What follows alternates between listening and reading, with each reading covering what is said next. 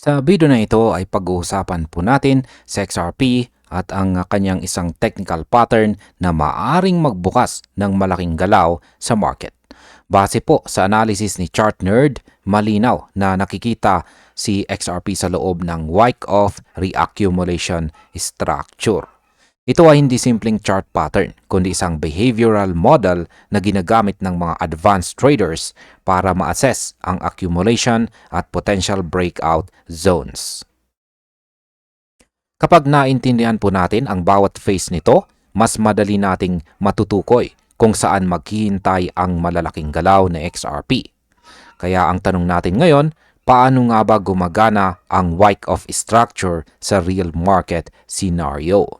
Kaya yan po ang siyang ating pag-uusapan sa video na ito at simulan po natin sa ating unang katanungan kung ano po ba ang Wyckoff structure at bakit po ba ito mahalaga. Ang Wyckoff structure ay isa po itong schematic na naglalarawan kung paano po nag-accumulate ang smart money at institutional holders bago ang malalaking price moves. Binubuo ito ng 5 phases mula A hanggang E na nagpapakita ng preliminary support, automatic rally, secondary test, buying climax at saka upthrust. Sa kaso po ni XRP, malinaw ang pattern sa chart dito ni Chart Nerd. Ang bawat touch sa support at resistance levels ay may kahulugan. Ito ang nagbibigay sa atin ng insight kung paano po kumikilos ang demand at supply sa market. Sa ganitong paraan, nakikita natin kung saan maaaring mag-spark ang next big breakout ni XRP. Ano naman po ang mga key phases na dapat po nating bantayan? Si Chart Nerd ay nag-map ng phases A hanggang E ni XRP. Sa phase B, makikita ang downward channel at spring region na malapit sa support. Ang spring ay isang rejection point na mahalaga dahil dito po nasusuri kung na-absorb na ang supply. Kapag naipasa ang test na ito, nagkakaroon po ng setup para sa phase D at saka E. Ang phase D ay nagpapakita ng stronger movement habang ang mga buyers ay nagpapatuloy sa accumulation.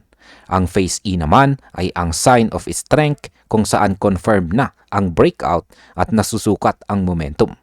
Kaya para po sa mga traders at hodlers, ang bawat phase ay may malinaw na indikasyon ng market behavior. Ngayon, saan naman po makikita ang primary support at resistance? Ang primary support ni XRP ay matatagpuan po sa lower boundary ng consolidation range. Maraming beses na itong na-tap, kabilang po ang flash crash noong October 10, 2025. Sa bawat touch, nagkaroon ng firm rebound na nagpapakita ng malakas na demand sa ibaba. Ang resistance naman ay nasa upper boundary ng range at matagal na itong pinipigilan ang presyo. Para masimulan po ang breakout, kailangan magkaroon ng shift sa market behavior at mas aktibong buying pressure. Kasama po rito ang tinatawag na jump across the creek na nagpapakita ng transition mula consolidation papuntang strength. Ang mga level na ito ay critical sa pagbasa ng next move ng XRP. Paano naman po nag-a-adjust ang price or presyo sa pattern? Kung susundin ng XRP ang Wyckoff schematic, una itong lalabas sa descending channel. Pagkatapos magkakaroon ng retest sa breakout area. Ang retest ay isang confirmation na kaya ng market na i-sustain ang bagong level. Pagkatapos po nito ay bubuo siya ng last point of support na siyang nagsiset ng foundation para sa sign of strength or sinyalis po ng lakas. Ang behavior na ito ay nagpapakita ng balancing supply at saka demand. Ang mga institutional at saka long-term holders ay kadalasang gumagawa ng structured accumulation dito. Ang chart pattern ay nagbibigay sa atin ng roadmap kung paano po maaring mag-move or gumalaw sa XRP sa malapit na hinaharap. Para po sa atin bilang mga traders, mahalagang obserbahan po natin ang bawat touch point at reaksyon sa mga levels. Ano naman po ang indikasyon kung matatapos ang structure? Ayon po sa projection ni ChartNerd, sa XRP ay malapit na matapos po ang Phase C.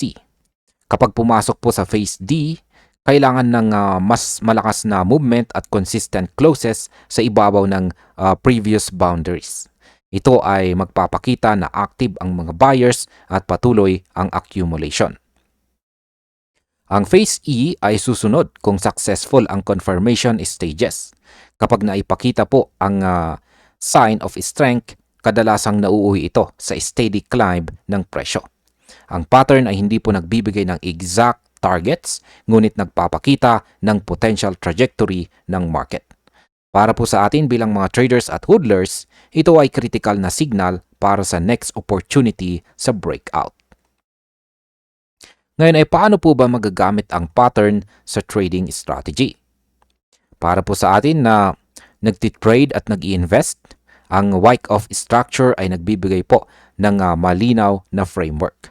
Ang bawat phase ay nagpapakita kung saan pumapasok ang mga buyers at saan nagiging resistance ang supply. Maaari itong maging guide sa entry at saka exit points. Halimbawa, ang spring at retest zones ay magandang entry area para sa long positions. Samantalang ang mga resistance test at saka last point of support ay nagsisilbing reference para sa risk management. Kung susundin ang schematic, makakagawa po tayo ng structured plan sa halip na puro speculation. Ito rin ay nagbibigay ng confidence para sa mga long-term hodlers dahil nakikita nila ang behavior ni XRP sa market context. Ngayon ay ano po ang dapat nating bantayan sa mga susunod na linggo?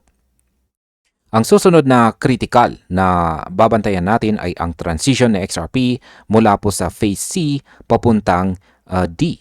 Kailangang tignan natin ang closing prices sa ibabaw ng previous resistance boundaries.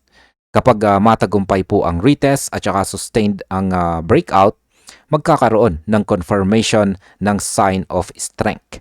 Kasabay nito, ang trading volume at market participation ay mahalaga upang suportahan ang next leg up. Para po sa atin bilang mga traders at hodlers, ang bawat rebound at retest ay signal kung ready na ang market. Ang Wyckoff roadmap ay nagbibigay ng visual guide para malaman kung sino ang hawak ng market at paano nag-a-accumulate. Dito natin makikita ang potensyal na malaking breakout. At bilang panghuli ay ano naman ang aking masasabi tungkol dito? Ang Wyckoff structure ng XRP ay hindi lamang po simpleng chart pattern. Ito ay behavioral roadmap ng institutional accumulation at saka potential breakout.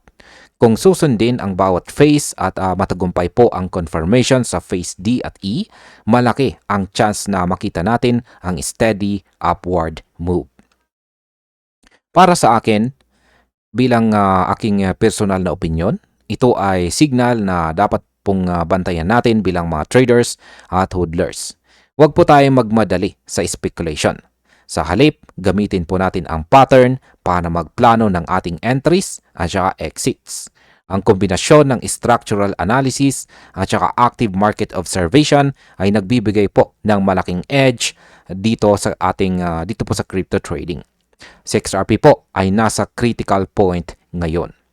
At ayan, hanggang dito na lamang po tayo sa video na ito mga ka-crypto. Maraming salamat sa panonood.